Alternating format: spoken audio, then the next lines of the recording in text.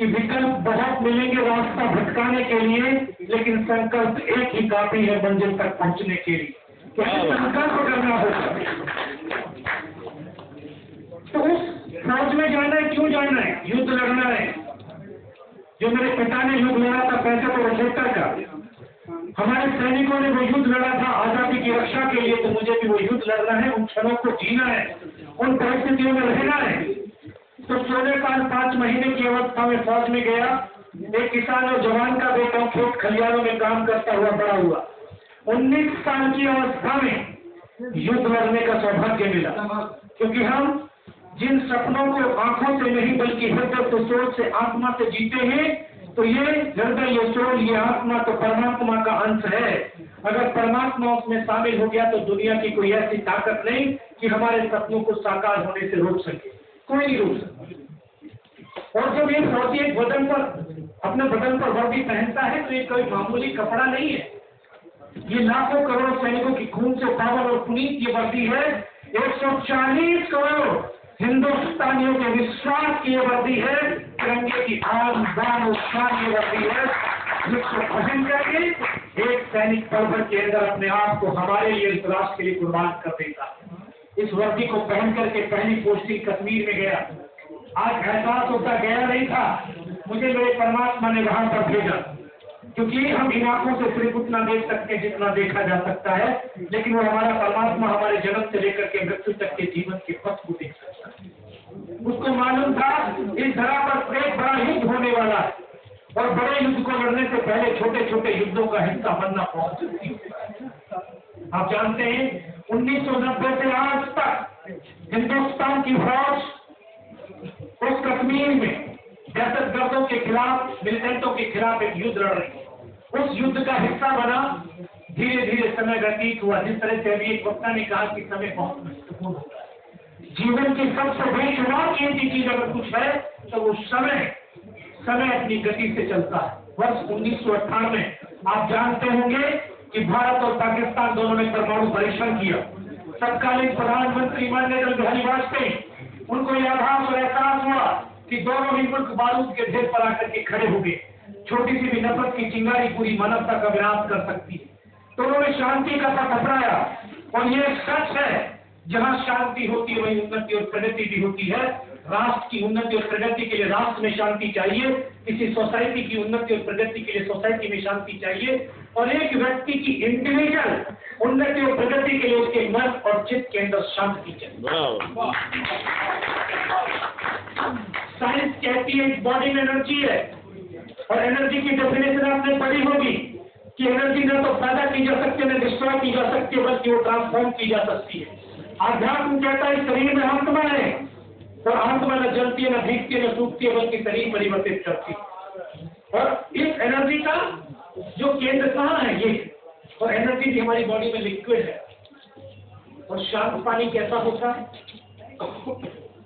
कैसा होता है शांत पानी? स्थिर तो होगा ही शांत। कैसा होगा? निर्मल हो और ठंडा हो।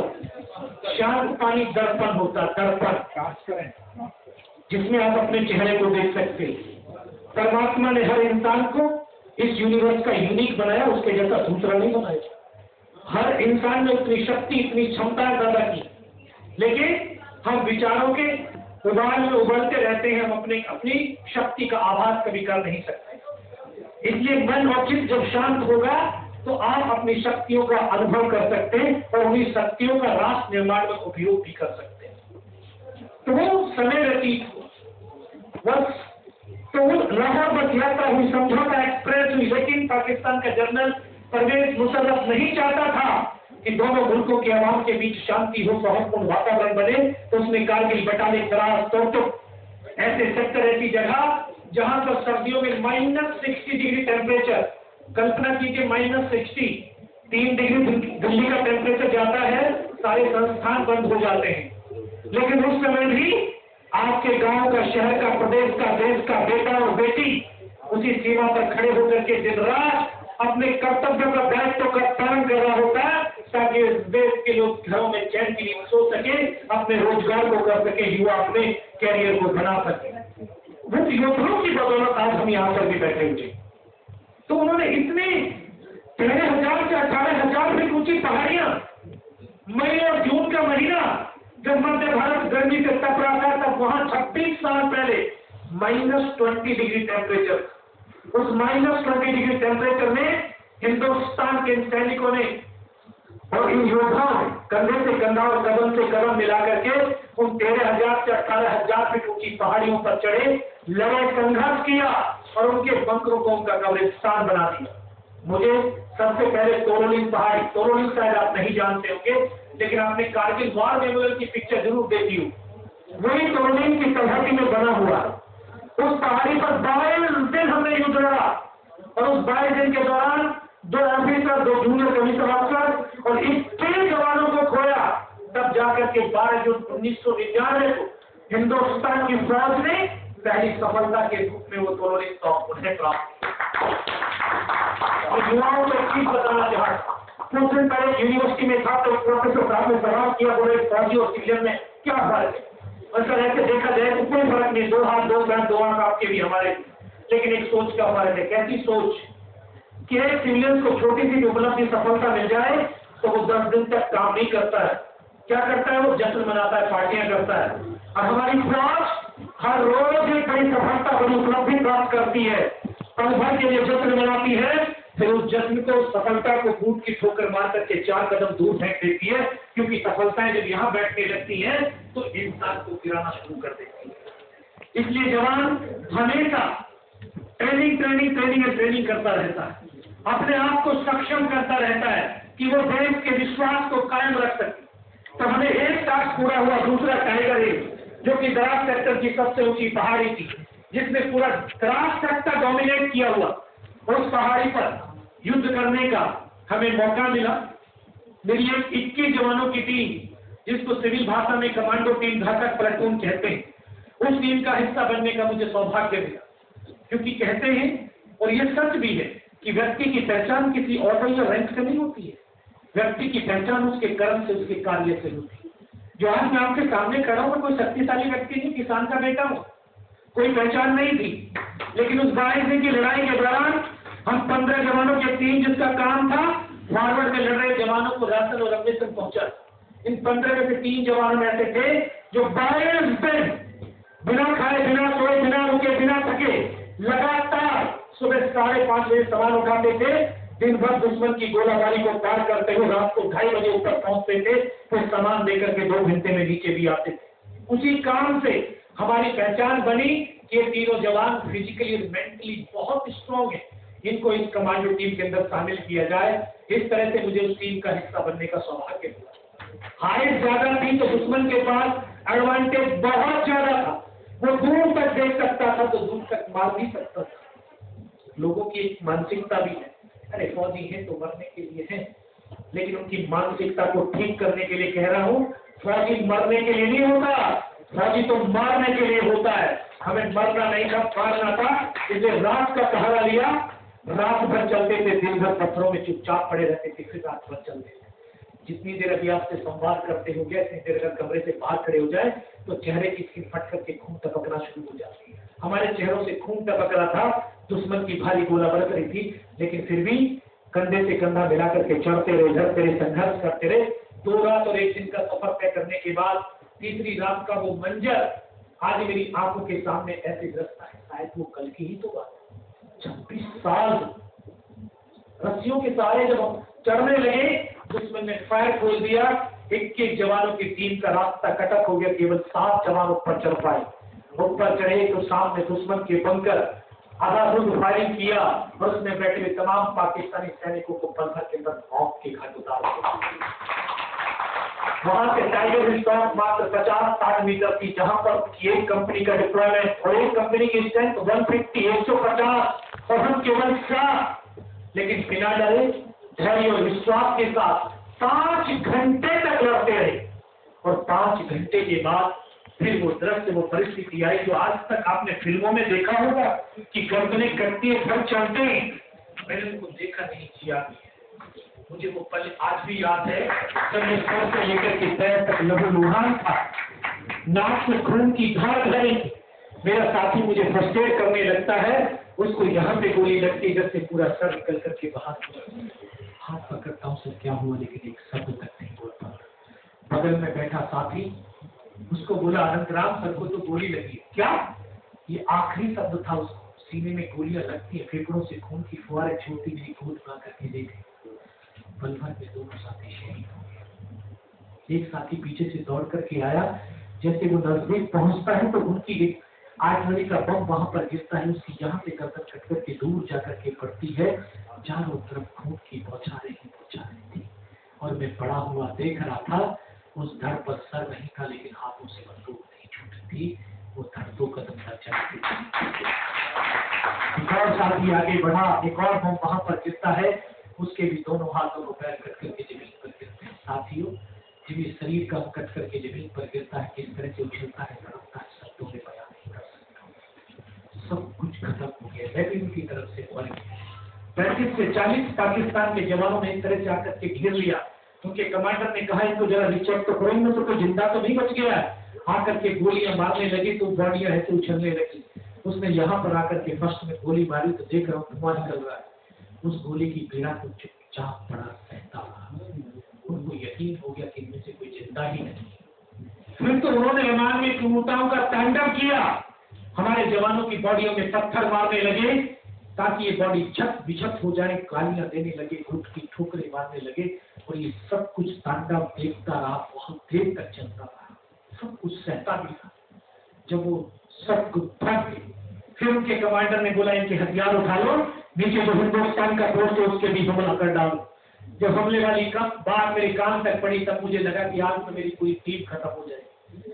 तब ऊपर वाले से एक ही अरदास, एक ही प्रार्थना करी कि मुझे सिर्फ इतने जिंदा रख दे कि मैं अपने साथियों तक सूचना दे सकूं। और यह सत्य है, अगर हम निस्वार्थ भाव, सच्चे समर्पण, सच्चे त्याग के साथ उस परमात्मा को याद करते हैं, वो शक्ति तो साक्षात सामने आकर के खड़ी हो जाती है।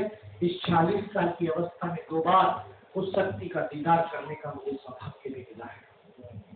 चुपचाप पड़ा, दोबारा से गोली मारने जब नजदीक आया तब अपने मन और मस्तिष्क के अंदर एक विश्वास को पैदा किया, अगर इसने सर और सीने में गोली नहीं मारी, चाहे मेरे हाथ पैर दोनों ही काट करके क्यों ना ले जाए, मैं उफ तक नहीं करूंगा और मैं जिंदा भी रहूंगा।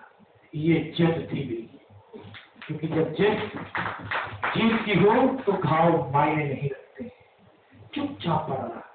दोबारा से उसने बाजू में पैर में गोली मारी, 2 कदम चला, वो रुक गया। उसके रुकते मेरे मन में ख्याल आया, शायद इसको पता चल गया मैं जिंदा हूँ। वो पीछे मुड़ा, मुड़ते उसने राइफल जब सीने की तरफ करी तब एक क्षण के लिए लगा आप नहीं बचे। लेकिन कहते हैं जाको राखी साइयां मार सकेगा।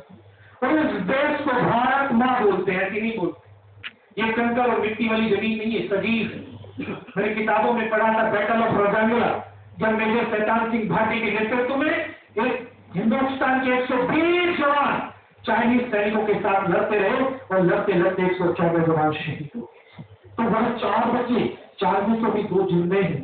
देखना उनकी स्टोरी को कभी सुनना कि जिंदगी और मौत का संघर्ष की कहानी क्या होती है। तो चुपचाप पड़ा था।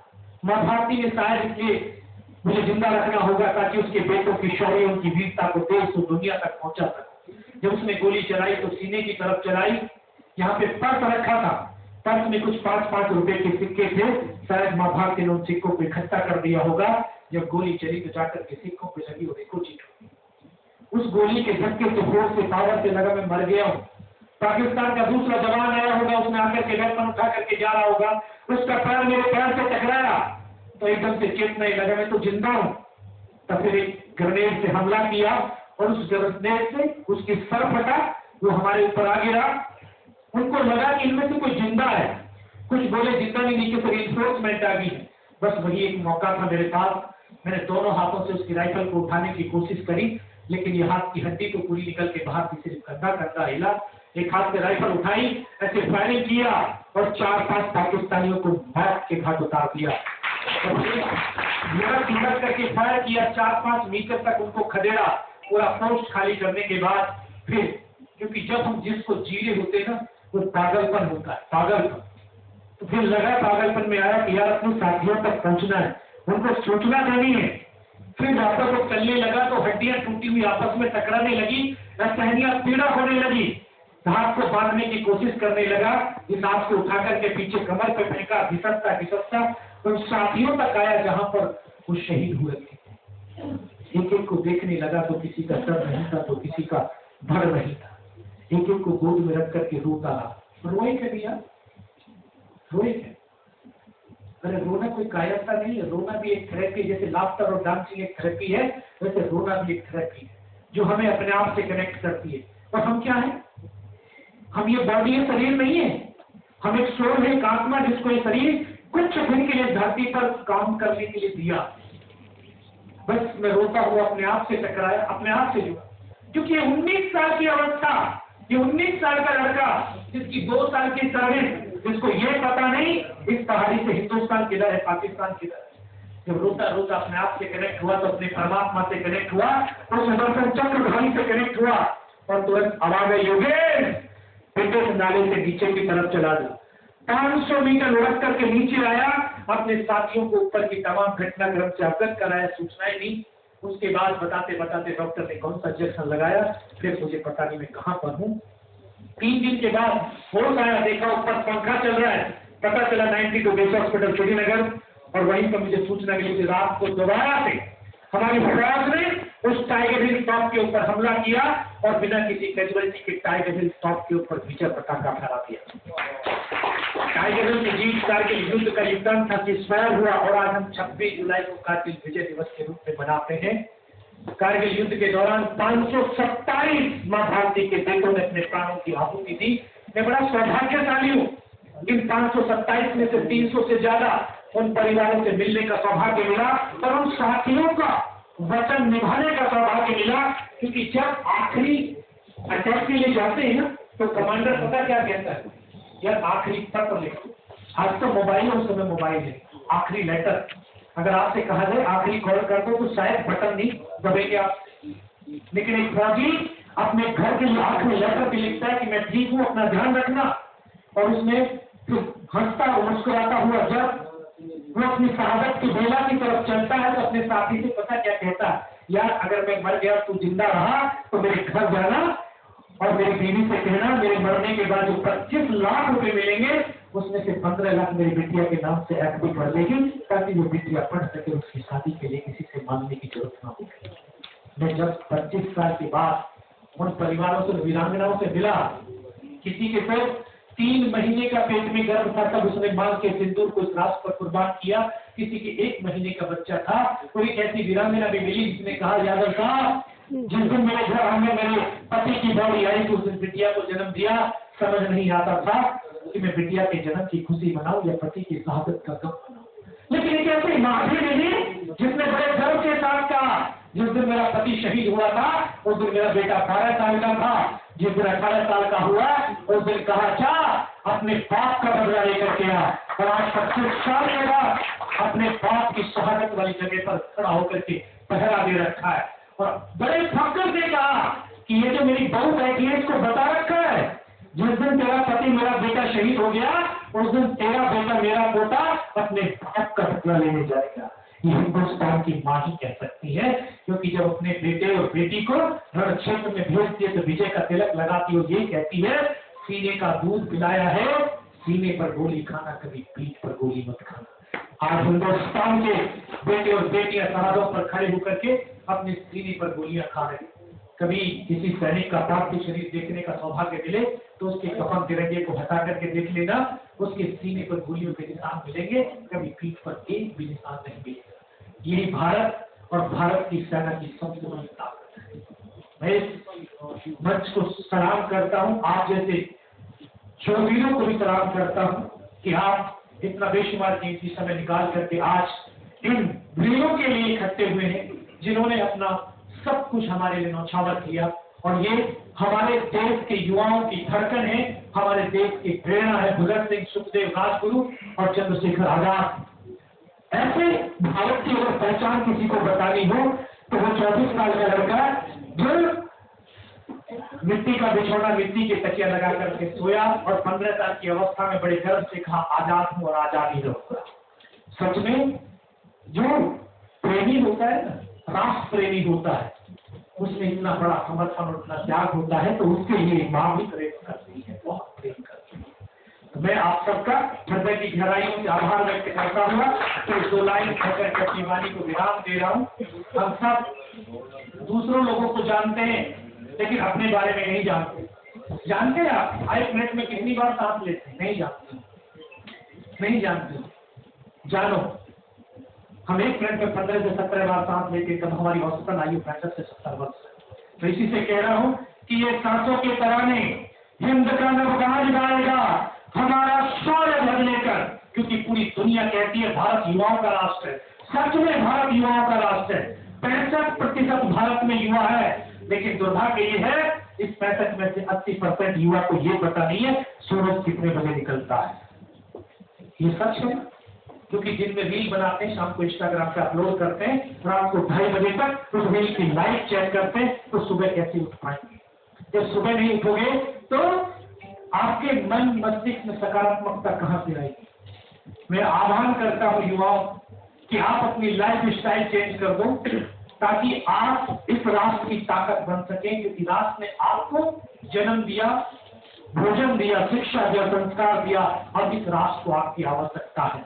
तो हमारा शौर्य बदले कर वो चंद्रयान गाएगा, हमारे प्राण माता भारती के तक समर्पित है, हमारे लहू का हर कतरा हिंदुस्तान गाएगा। जय हिंद, जय भारत, बहुत बहुत